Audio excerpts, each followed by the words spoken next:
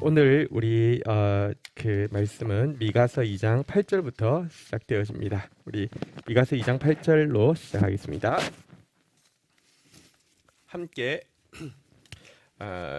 읽도록 하겠습니다. 읽겠습니다. 시작. 근래에 내 백성이 원수같이 일어나서 전쟁을 피하여 평안히 지나가는 자들의 의복에서 겉옷을 벗기며. 자, 이제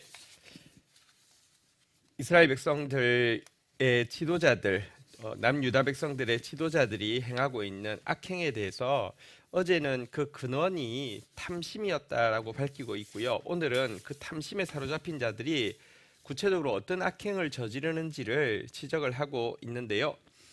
8절에 나오는 내용은 외세의 침입에 시달리던 북이스라엘이 멸망했을 때 혹은 또 멸망하기 전이라도 이 그 고통을 피하기 위해서 나그네가 되어서 동족의 땅, 그 남유다에 도착했을 때의 이야기입니다. 그래도 전란을 피해서 동족의 땅에 들어왔을 때 좀 안심하지 않았겠습니까? 겨우 한숨 돌리고 있을 때 정작 동족이 더 무서운 원수가 되어서 그들의 가진 소유가 없으니까 그도까지 빼앗아 가고 있었다. 이렇게 이야기를 하고 있는 것입니다. 나그네를 착취했다는 것이죠. 자, 9절 한번 보도록 하겠습니다. 같이 읽겠습니다. 시작. 내 백성의 부녀들을 그들의 즐거운 집에서 쫓아내고 그들의 어린 자녀들에게서 나의 영광을 영원히 빼앗는도다. 네. 뿐만 아니라 힘없는 부녀들, 그리고 그녀들은 하나님이 그들에게 주신 분깃으로 주신 그 작은 집 하나, 그 집에 있는 거 너무 기뻐하는 우리 표현으로 집순이처럼 그냥 그 집에 있는 거 좋아하는 큰 욕심 없는 그들에게서 하나 있는 그 집을 이렇게 영원히 이제 빼앗아서 쫓아내 버렸다, 이렇게 이야기를 하고 있고요. 이렇게 힘없는 부녀들이 집을 빼앗기게 되면 어떤 결과가 일어납니까? 그녀들의 어린 자녀들은요, 하나님의 영광을 영원히 빼앗긴다, 이렇게 이야기하고 있는데, 여기서 말하는 하나님의 영광이란 하나님께서 어린 자녀들이 태어나게 되었을 때 그들에게 그 집을 통하여서 영적으로는 신앙이 전수되어지고 육신적으로는 보호와 양육의 기회가 제공되어지는 것을 하나님의 영광, 나의 영광이라고 표현하고 있습니다. 하나님은요, 크든 작든 가정에서 자녀들이 건강하게 자라고 그들에게 신앙이 전수되어지는 걸 보고 그게 나의 영광이다라고 이야기하는데요. 이 기회를 영원히 박탈하게 되었다, 이렇게 이야기하고 있습니다. 이 자녀들은 어떻게 될까요? 태어나면서부터 노예가 되는 것이고요. 무슨 하나님 앞에 나가서 예배한다, 이런 건 상상도 못하고요. 사랑받고 자란다, 미래를 꿈꾼다, 상상도 못하는 그 세대로 바꾸어 버린다, 이런 내용인 것입니다.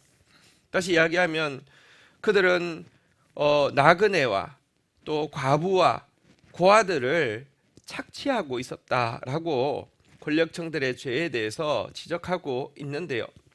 사실 여러분, 나그네, 과부, 고아를 보호하는 것은 하나님께서 이스라엘을 구원하셔서 언약 백성으로 삼으시고 언약을 맺을 때에 부과하신 가장 기본적인 의무입니다. 율법서란 율법을 받은 내용을 이야기하는데, 율법서가 창세기부터 신명기까지 5권이 되지만 그 중에 제일 핵심은 율법과 부칙을 받고 있는 출애굽기 20장부터 23장까지인데요. 그런데 이 율법의 핵심이라고 할 수 있는 이곳에 나그네와 고아와 과부에 대한 규례가 상세하게 들어있음을 우리는 보게 됩니다. 출애굽기 22장 21절부터 보면 이렇게 이야기합니다. 너는 이방 나그네를 압제하지 말며 그들을 학대하지 말라. 너희도 애굽 땅에서 나그네였습니다. 너희도 겪어봤지 않느냐? 얼마나 힘드느냐? 사실은 너희에게 겪었던 그 겪음은 상처 입은 치유자 되게 하기 위한 것이었는데, 그래야지 약한 사람들 얼마든지 품고 이해할 수 있게 하기 위함이니 너 이방 나그네 절대 압제해서는 안 돼. 이렇게 이야기하고 있습니다. 22절부터 볼까요? 너는 과부나 과를 해롭게 하지 말라. 23절. 내가 만일 그들을 해롭게 함으로 그들이 내게 부르짖으면 내가 반드시 그 부르짖음을 들으리라. 이렇게 이야기하고 나서는요. 24절 보십시오. 무섭게 이렇게 심판을 경고합니다. 나의 노가 맹렬함으로 내가 칼로 너희를 죽이리니 너희 아내는 과부가 되고 너희 자녀는 고아가 되리라. 이렇게 율법의 핵심에서 나그네 고아 과부 돌아보는 것에 대해서 경고하고 있습니다. 만약 그렇게 하지 않으면 하나님 이렇게 심판하시겠다는 것입니다. 신명기는요, 이렇게 받은 십계명 부칙에 대해서 모세가 설교를 통하여서 다시 한번 풀어 설명하는 내용인데요. 여기에도 보면 나그네 고아 과부를 선대할 것에 대해서 여기 출애굽기서는 경고의 말씀이었다고 하면, 하나님이 경고의 말씀이었다고 하면 모세는 백성들에게 나그네 고아 과부를 선대하면 하나님 축복하실 것이라고 격려하는 내용을 여러 번 설교에서 이야기합니다.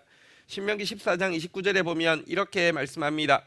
너희 중에 분깃이나 기업이 없는 레위인이나 내 성중에 거류하는 객과 및 고아와 과부들이 와서 먹고 배부르게 하라.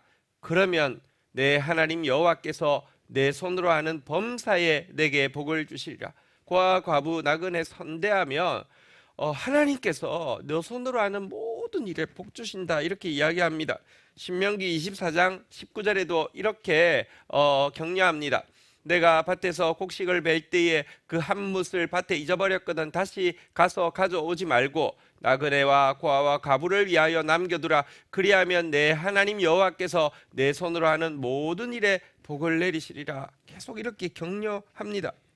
뿐만 아니라 모세가 이제 이 설교를 다 마치고 나서 출애굽 2세대들에게 이제 모압 평야, 이제 가나안 땅 건너가기 직전이죠. 이곳에서 출애굽 1세대는 시내산에서 언약을 맺었다고 하면 이들과 언약을 갱신하게 되는데요.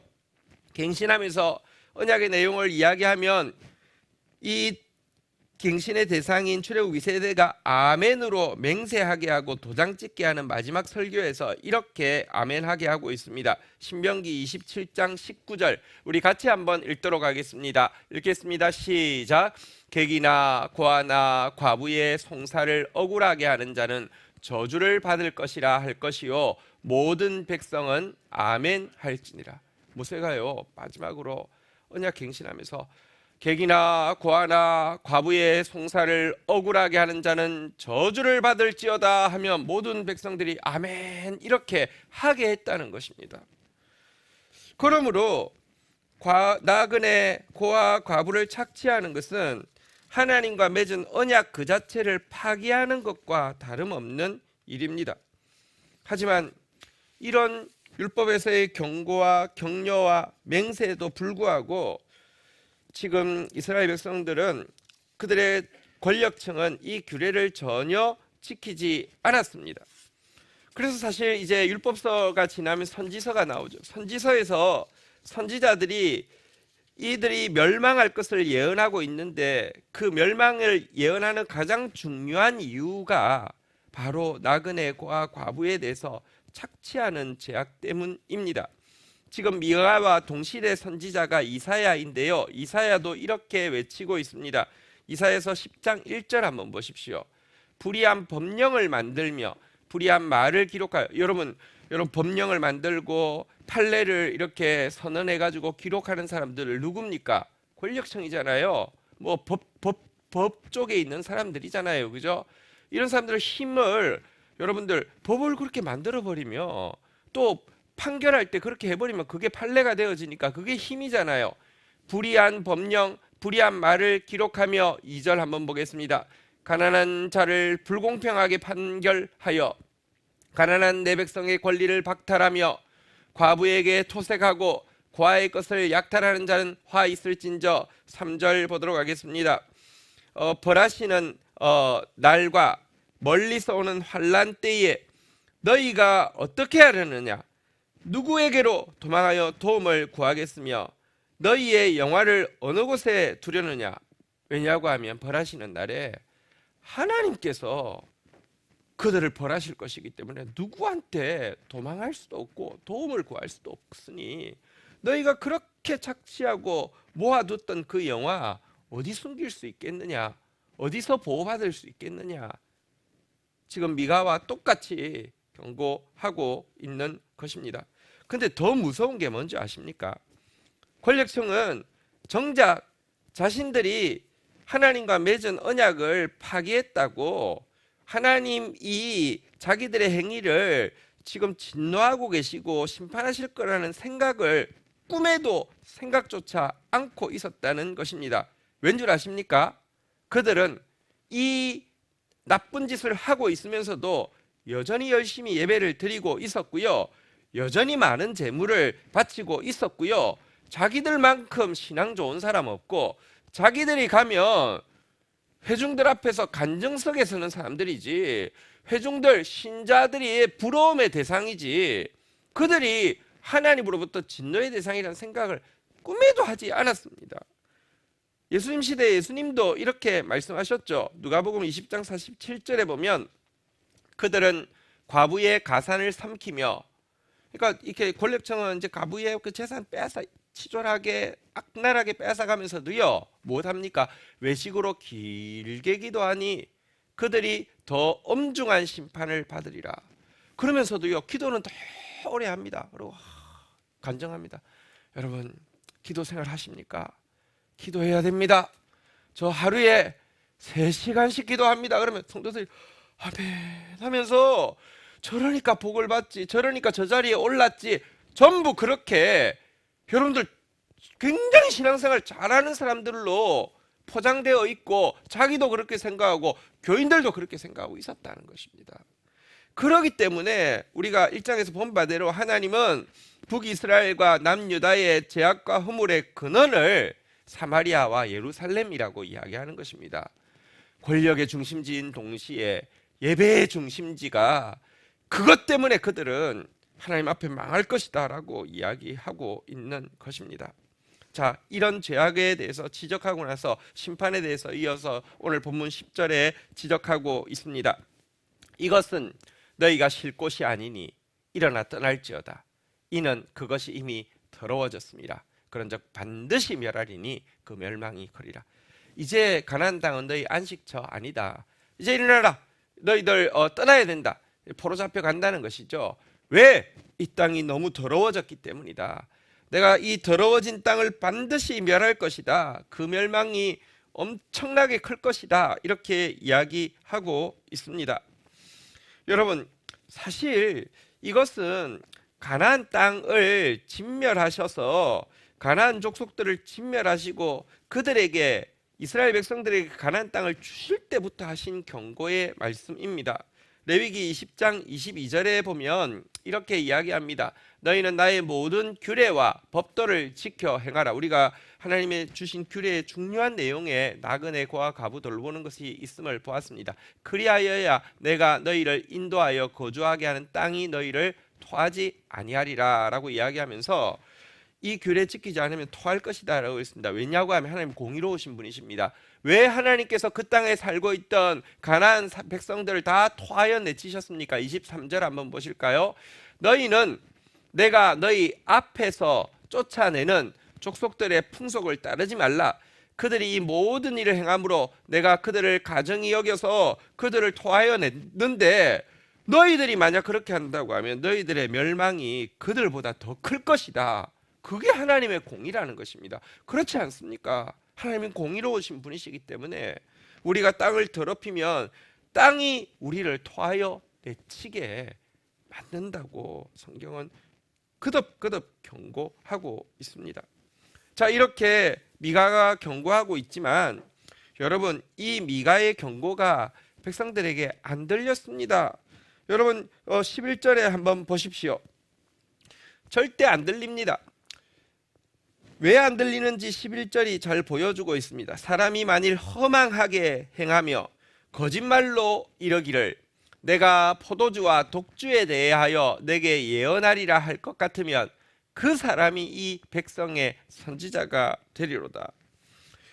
경고의 말씀이 안 들린 이유는요, 그 마음에 이런 말씀 받아들이기 싫어했기 때문이고요, 이런 말씀 듣기 싫어했기 때문이고요, 이들이 이런 말씀 듣기 싫어하고 마음에 받아들이기 싫어했던 이유는 이미 그들이 듣고 싶은 말을 정말 입에 혀처럼 해주는 거짓 선지자들의 말이 그들의 귀와 마음을 가득 채우고 있었기 때문입니다. 뭐라고 이야기합니까? 내가 포도주와 독주에 대해서 내게 예언하리라. 여기 포도주는 번영의 상징입니다. 우리로 치면 이런 말 있잖아요. 샴페인을 터뜨린다, 이런 말 있잖아요. 그죠? 이게 잘 될 때 샴페인 터뜨리는 것처럼 내가 포도주에 대해서 예언하리라, 독주에 대해서 예언하리라는 것은 또 쾌락에 대해서 예언한다는 것입니다. 너희가 하나님 잘 섬기면 괜찮아, 하나님도 이해하셔, 그럴 수 있지, 아멘, 다 용서받았어, 아이, 사람이 다 그럴 수 있지, 우리가 다 죄인이지 하면서 쾌락을 이렇게 쾌락의 죄를 저지른 거에 대해서 예언으로 다 괜찮다라고 이야기하며, 당신이야말로 이 백성의 참 선지자입니다.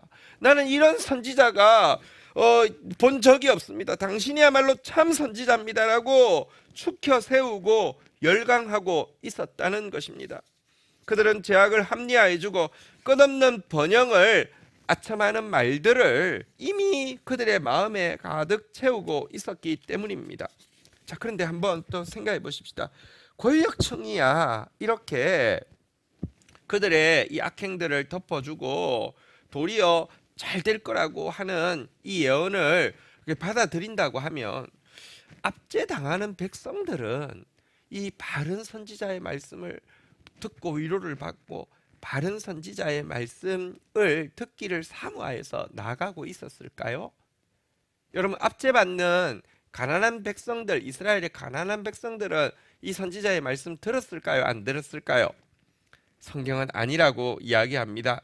예레미야서 5장 30절에 보면 이렇게 이야기합니다. 이 땅에 무섭고 놀라운 일이 있도다. 31절 한번 볼까요? 같이 한번 읽도록 하겠습니다. 시작. 선지자들은 거짓으로 예언하며 제사장들은 자기 권력으로 다스리며 내 백성은 그것을 좋게 여기니 마지막에는 너희가 어찌 하려느냐.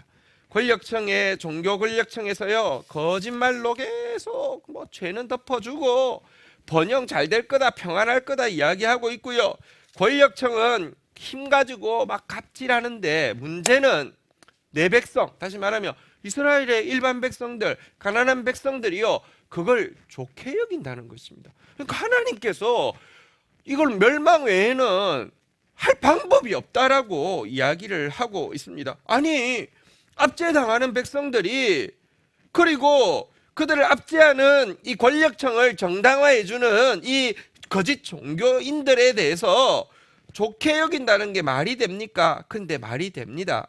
왜냐고 하면요, 그들도요, 사실은요, 권력으로 다스리는 거 좋아하고 갑질하는 거 좋아하는 이유, 실제 그렇습니다. 여러분들 죄송하지만 학력 수준이 낮을수록요, 여러분 막 이렇게 독재자를 좋아하는, 사실 그들이 압제당하는데요, 그게 그런 메커니즘이 있습니다. 신기하죠? 지금도요, 전두환이 때 막 시원했어, 그 삼천교육 때 다 끌고 가고 좋았어, 그런 이야기를요, 제일 사회의 약자, 어쩌면 그 시대에 있었으면 끌려갔을 사람들이 그런 말 한다니까요. 왜인 줄 아십니까? 갑질을 좋아하는 이유는요, 자기도 갑질하고 싶어서입니다. 나도 기회만 있으면 갑질하고 싶은 마음이 있기 때문입니다. 거짓 선지자들의 이 거짓말을 좋아하는 이유는, 자기도 그 같은 나쁜 짓 할 때 누군가 자기 옆에서 거짓말로 아부해 주기를 원하는 마음이 있기 때문에요. 인간은요, 이 갑질 당하면서 갑질을 좋아하고요, 이 거짓말인 줄 알면서도 거짓말 좋아한다는 것입니다. 그러니까 예레미야가 무섭고도 놀라운 일이라고 이야기한 것입니다. 여러분, 그리고 예레미야서 6장 13절부터 보면 또 이렇게 이야기하고 있습니다. 왜 이렇게 갑질하는 사람들 좋아하고 거짓 선지자들 말을 좋아하느냐? 이는 그들이 가장 작은 자로부터 큰 자까지 다 탐욕을 부리며 선지자로부터 제사장까지 다 거짓을 행함이라. 큰 자뿐만 아니라 작은 자도요, 마음속에 탐욕은 그대로 있기 때문입니다. 어제 말씀드렸죠. 죄악의 출발은 탐욕인데요, 탐욕에서는 똑같습니다. 나도 가지면 좋아할 사람들이요.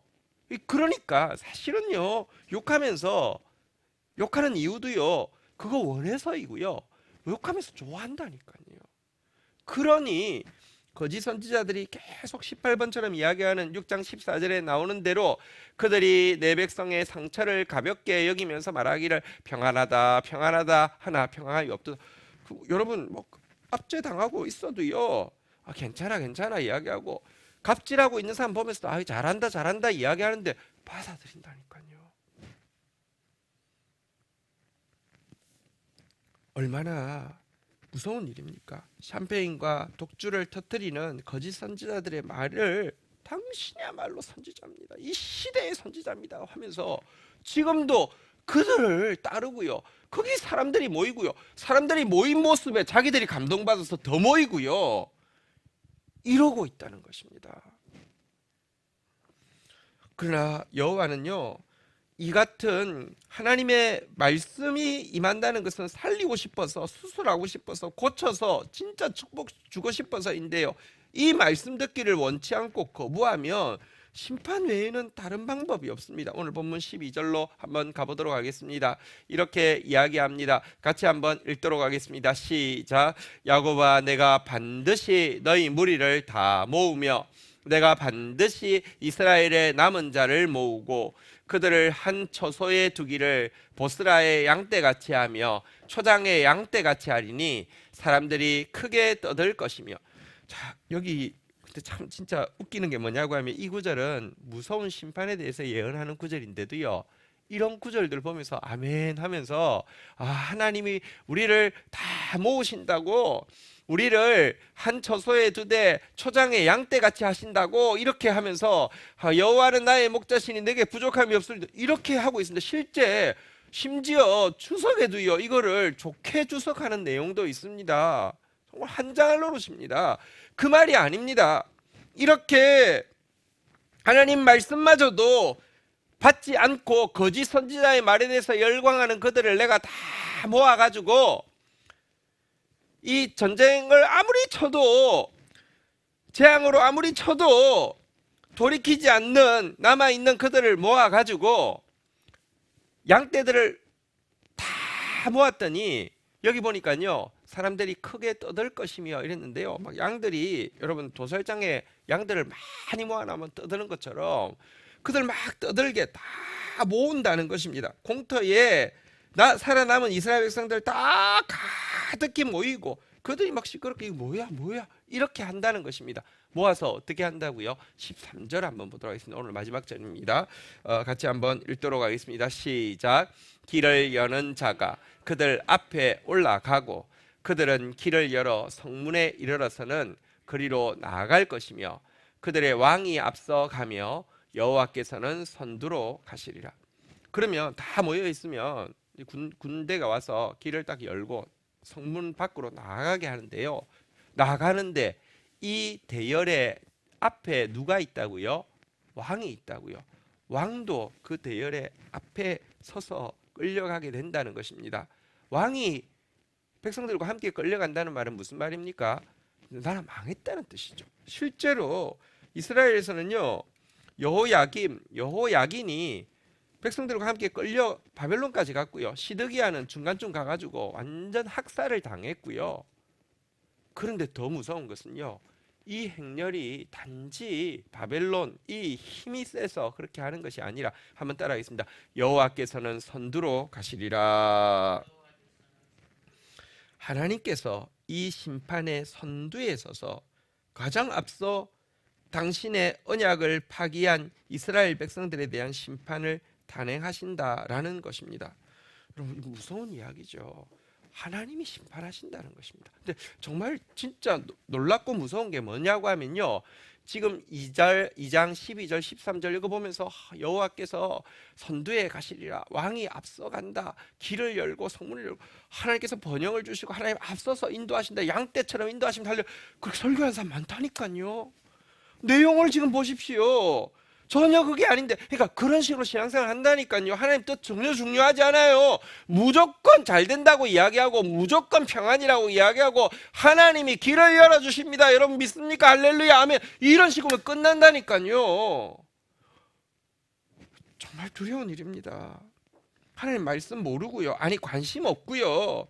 이 구절 보면서도 샴페인 터뜨리는 겁니다. 하나님이 선두로 하십니다. 여러분이 하는 일에 하나님이 선두로 가셔서 잘 될 겁니다. 여러분 왕이 앞서간다는데 여러분 왕입니다. 여러분 지도자 당신 하나님 왕처럼 생각하고 잘 되게 하실 것입니다. 이런 식으로 설교한다니까요.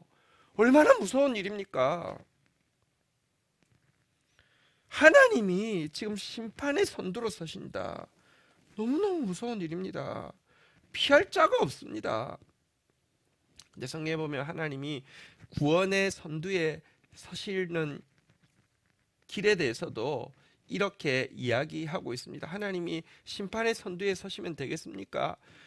부족하지만 우리의 구원의 선두에 서야 되지 않겠습니까? 이사야서 52장 11절부터 보면 이렇게 말씀합니다. 너희는 떠날지어다 거기서 나오고 부정한 것을 만지지 말지어다 그 가운데서 나올지어다 여호와의 기구를 매는 자들이여 스스로 성결케 할지어다. 우리는 하나님의 말씀을 매는 자들입니다. 우리가 죄악으로부터 떠나고 이 이방 사람들 가나안 사람들이 행하던 그 부정한 것으로부터 나오라고 스스로 정결케 하라고 이야기합니다. 그러면 12절 같이 한번 읽도록 하겠습니다. 읽겠습니다. 시작. 여호와께서 너희 앞에서 행하시며 이스라엘의 하나님이 너희 뒤에서 호위하시리니 너희가 황급히 나오지 아니하며 도망하듯 다니지 아니하리라. 그때 여호와께서 우리 행렬의 선두에 서실 뿐만 아니라 뒤에까지 서고요.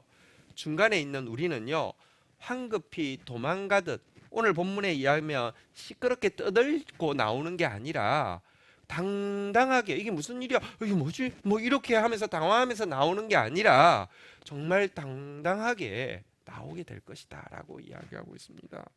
성경은 일관되게 죄를 떠날 때에 하나님이 구원의 선두가 되어줘서 정말 당당하게 나오게 하신다라고 이야기하지만 죄를 범할 때에 시끄럽게 떠들면서 하나님이 심판의 선두에 되어서 여러분 왕이 끌려갈 때 얼마나 비참합니까? 여호야김이 끌려갈 때 여호야긴이 끌려갈 때 아니 시드기야가 끌려가면서 중간에 여러분 눈이 뽑히고 눈 뽑히기 전에 자기 자녀들 죽임 당하는 거 보고 나서 눈 뽑히고 그리고 그렇게 죽임을 당하는 거 얼마나 비참합니까? 하나님 그렇게 심판의 선두로 서신다니까요. 하나님은 공의로우신 분이시기 때문에 그러하셔야지 이 세상에 소망이 있고 천국이 되는 것입니다. 자, 그런데 그럼에도 불구하고 12절에 보면 한 가지 이 가운데서도 하나님이 은혜를 베풀고 있다는 것은 보게 됩니다. 오늘 본문 12절로 한번 가볼까요? 오늘 본문 12절에 보면요, 야곱아 내가 반드시 너희 무리를 다 모으고 내가 반드시 이스라엘의 남은 자를 모으고 하면서 이들을 이제 살아남은 사람들 다 모아서 끌고 간다는 말인데요. 여기서 한 가지 한번 따라하겠습니다. 남은 자라는 단어 속에는요. 여기서는 분명히 여기 살아남아 있는 사람들을 다 포로 잡아가서 비참하게 심판하신다는 뜻인데요. 이 남은 자라는 단어가 선지서에서 가지고 있는 특별한 의미 때문에 소망을 찾을 수 있습니다. 선지서에서 남은 자라는 단어가 새로 나오기 시작합니다. 남은 자라는 단어가 강조되어지고 있습니다. 남은 자라는 무엇이냐고 하면 하나님께서 결국은 남은 자만 구원에 이르게 하실 것이다 라고 이야기하면서 이 고난을 통하여서 아니 심지어 포로 잡혀가는 고난을 통하여서라도 하나님 앞에 가난해지고 겸손해지고 진실로 하나님을 의지하는 자들을 지칭하는 특별한 용어가 남은 자입니다. 여기 지금 남은 자 아직까지 남은 자 안 됐습니다. 그러나 그렇게 포로 잡혀 끌려갔던 자들 중에서도 남은 자가 남게 하셔서 남은 자를 구원하시겠다는 것이 하나님의 약속인데요. 그래서 이 멸망 가운데서도 하나님은 어떻게든지 남겨두기를 원하시고 그루터기를 남겨두기를 원하시고 이들이 회복되어지기를 원하시고 이들을 통하여서 역전의 역사를 이루기를 원하신다는 작은 단서를 우리는 발견합니다. 이 작은 단서 때문에 우리가 매달리는 것입니다. 이사야서 10장 20절부터 보면 남은 자에 대해서 이렇게 예언합니다. 그날에 이스라엘의 남은 자와 야곱 족속의 피난한 자들이 다시는 자기를 친자를 의지하지 아니하고, 여러분 당하면서도 갑질 당하면서도요 아수르 의지했어요. 북이스라엘은요 갑질 당하면서도 애굽 의지했어요. 갑질 당하면서도 바벨론 의지했어요. 그런데 남은 자, 그날의 남은 자는 다시는 자기를 친자를 의지하지 아니하고 이스라엘의 거룩하신 이 여호와를 진실이 의지하리니. 21절입니다. 남은 자 곧 야곱의 남은 자가 전능하신 하나님께로 돌아올 것이라. 22절 같이 한번 읽도록 하겠습니다. 마지막 절입니다. 읽겠습니다. 시작. 이스라엘이여 내 백성이 바다의 모래 같을지라도 남은 자만 돌아오리니 넘치는 공의로 파멸이 작정되었습니다. 하나님은 공의로우신 분이시고요 넘치는 공의로 파멸을 작정하십니다. 그렇지만 남은 자는 돌아온다고 이야기하고 있습니다. 그 남은 자, 진짜 가난한 자, 진짜 겸손한 자, 진짜 정직하게 여호와를 의지하는 자는 돌아온다고 이야기하고 그들 통해서 역전의 역사를 이룬다고 이야기하고 있습니다. 우리의 소망은, 이 민족 교회의 소망은, 열방의 소망은 남은 자가, 우리가 남은 자 되는 것입니다. 하나님 앞에 그 남은 자 우리 되어지게 해달라고 오늘 주신 그 말씀 앞에서 우리 주님 앞에 나가도록 하십시다. 이 정의가 무엇이냐? 나그네 고아 과부 주님의 마음으로 돌아보고 주님의 마음으로 자유케 하는 것, 주님의 마음으로 지켜주는 것이 하나님의 뜻임을 우리 알아야 됩니다. 절대 약한 자, 고아 과부 나그네가 아니어도 약한 자, 저는 자, 매인 자, 갇힌 자, 이들 자유롭게 해주고 이들 평안하게 해주고 이들 위로해 주는 것이 말씀이 우리 안에 들어오면 들어올수록 행해야 하는 우리의 행임을 잊지 말아야 합니다. 그리고 우리 안에 거짓 선지자의 말들을 좋아하고 거짓을 좋아하고 권력 갑질을 좋아하고 마음에 똑같은 탐욕을 품고 있는 것 쏟아내고 회개해야 합니다. 하나님 앞에서 우리가 남은 자로, 정말 가난하고 겸손한 자로, 하나님 의지하는 자로 서는 것만이 우리의 소망이고 이 땅의 소망인 것 기억하며 그런 사람 되게 해달라고 우리 다 함께 주의 이름 고백하며 기도하는 시간 가지도록 하겠습니다. 기도하시겠습니다. 주여, 주여, 주여.